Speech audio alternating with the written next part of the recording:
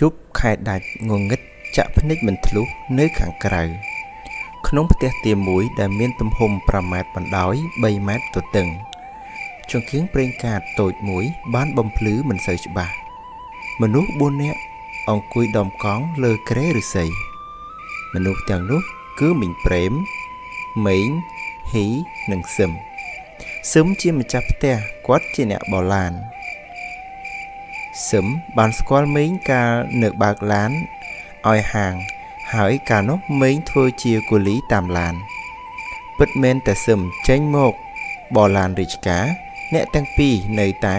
ទៅមករកគ្នារាប់អានគ្នាយ៉ាងជិតស្និទ្ធផ្ទះសឹមគ្មានតុទូកៅអីអ្វីទេក្រៅពីគ្រែឫស្សីដែលអ្នកទាំង4បានអង្គុយដំកង់លើនិងគ្រែដេកមួយទៀតនៅលើធ្នើជញ្ជាំងមុខគេឃើញមានសៀវភៅអត្ថាធិប្បាយរដ្ឋធម្មនុញ្ញទំនៀមទម្លាប់និងច្បាប់ខ្មែរប្រវត្តិអាចារ្យហែមជីវកាសែតសាមគ្គីប្រជាជនប្រជាជាតិខ្មែរថ្មីទៅមុខចងជាបាច់រៀបមានសណ្ដាប់ធ្នាប់យ៉ាងល្អសឹមជាអ្នកចង់ចេះចង់ដឹងនិងមើលច្រើនយប់នេះគេប្រជុំគ្នាផឹកតែអ្នកទាំង4បានជជែកគ្នាសួរពីនេះពីនោះអំពីសុខទុក្ខយូរបន្តិចមកម៉េងបានផ្ដើមនិយាយថាធ្វើការស្រួលទេសឹមអូមិនសូវជាពិបាកទេតែតឹងទ្រូងណាស់ឯងបានប្រាក់ខែច្រើនណាច្រើនមិនកើតខ្វះរាល់ខែប្រពន្ធខ្ញុំទៅស្រែជួយអង្គបាត់ហើយដើម្បីយកមកជួយទប់បើកឡានត្រូវចេញមុនគេត្រឡប់មកផ្ទះក្រោយគេខ្ញុំខ្នាញ់ធុញនឹងជូនដានជើងស្រីចៅវាយម៉ងឯងជាស្រីឬនៅតែឆ្ងល់ទៀតមេងឯងចៅវាយខ្ញុំគាត់ដើរលេងយប់បឹងស្នោប៉ាកំប៉ាញហើយព្រលឹមឡើងខ្ញុំត្រូវជូតដានជើងទាំងអស់នោះស្គាល់ហើយបឹងស្នោនោះតែអាប៉ោកំប៉ាញវាស្អីដែរ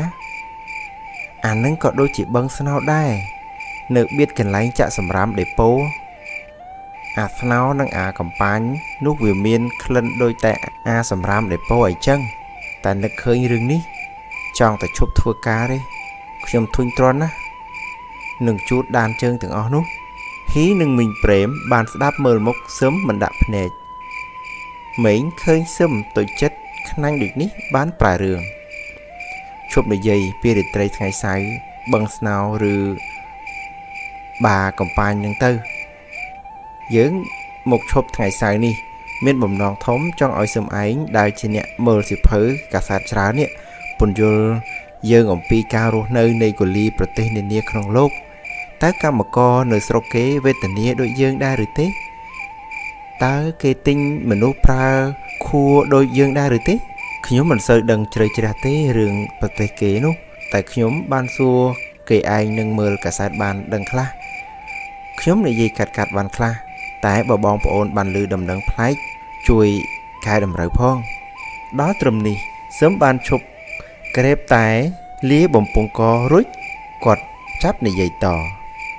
សកលលោកយើងសពថ្ងៃចែកចេញជាពីរផ្នែកសង្គមនិយមនិងចក្រពត្តិនិយមនៅផ្នែកសង្គមនិយមបើយើងជឿសេចក្តីថ្លែងការណ៍របស់អ្នកនយោបាយចំណាន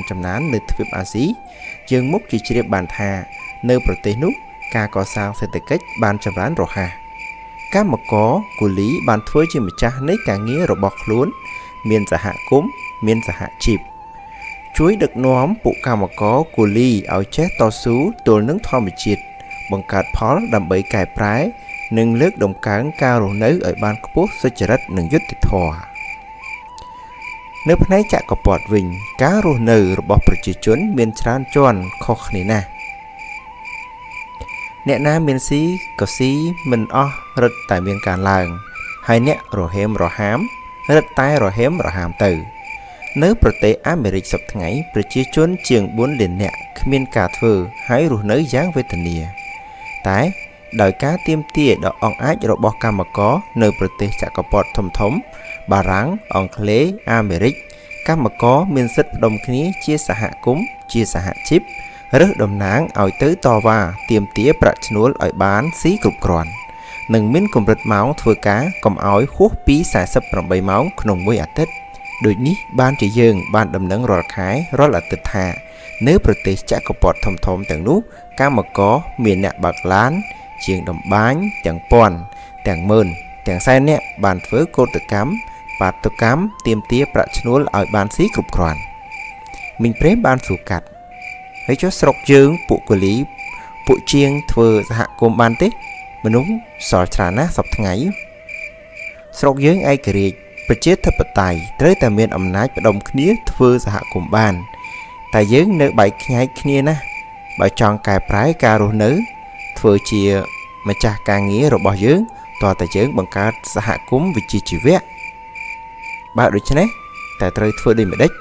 មីងព្រេមសួររួបរวมសាមគ្គីរវាងគ្នាយើងយ៉ាងជិតស្និទ្ធដើម្បីរៀនសូត្រដើម្បីប្រមូលផ្ដុំគ្នាជាសហជីពជាសហគមន៍រៀនមិនដេចបានបើធ្វើការអស់កម្លាំងចិត្តងាប់មួយថ្ងៃហើយអាយុជាង40ឆ្នាំទៅហើយមីងព្រេមបានប្រកែកមិនជាអ្វីទេប្រពន្ធខ្ញុំទើបតែបានចាប់រៀនកខដែរហ្នឹងត្រូវឆ្លៀតរៀនពេលសម្រាប់ថ្ងៃសម្រាប់យប់អក្សរមួយតួពីរតួសួរមេងសួរបង្ហីបើយើងព្យាយាមមិនហួសពី6ខែទេយើងមើលកាសែតបានហើយមេងបានសង្កត់ពាក្យសឹមស្រុកយើងថ្កើងតើតែពួកយើងថ្កើងតើតែពួកយើងនឹងប្រឹងប្រែងការរស់នៅដល់ខ្លួនយើងត្រូវតែខំរៀននិយាយដល់ត្រង់នេះនាឡិកាផ្ទះថ្មធំមួយបានទូង11ម៉ោងហ៊ីកេះមេងប្រាប់ថាល្មមហើយមេងក៏បាននិយាយតយប់ជ្រៅហើយយើងល្មមលាសឹមចាំថ្ងៃណាទំនេរមកទៀតណាហ៊ីត្រូវការខ្ចីសិភៅសឹមខ្លះទេខ្ញុំចង់មើលប្រវត្តិអាចារ្យហែមជាវយកចុះតែកុំឲ្យបាត់ព្រោះក្រណាស់សូមអញ្ជើញមកជជែកគ្នាលេងទៀតណាថ្ងៃក្រោយប្រពន្ធខ្ញុំមកជាត្រឡប់មកពីស្រែវិញហើយ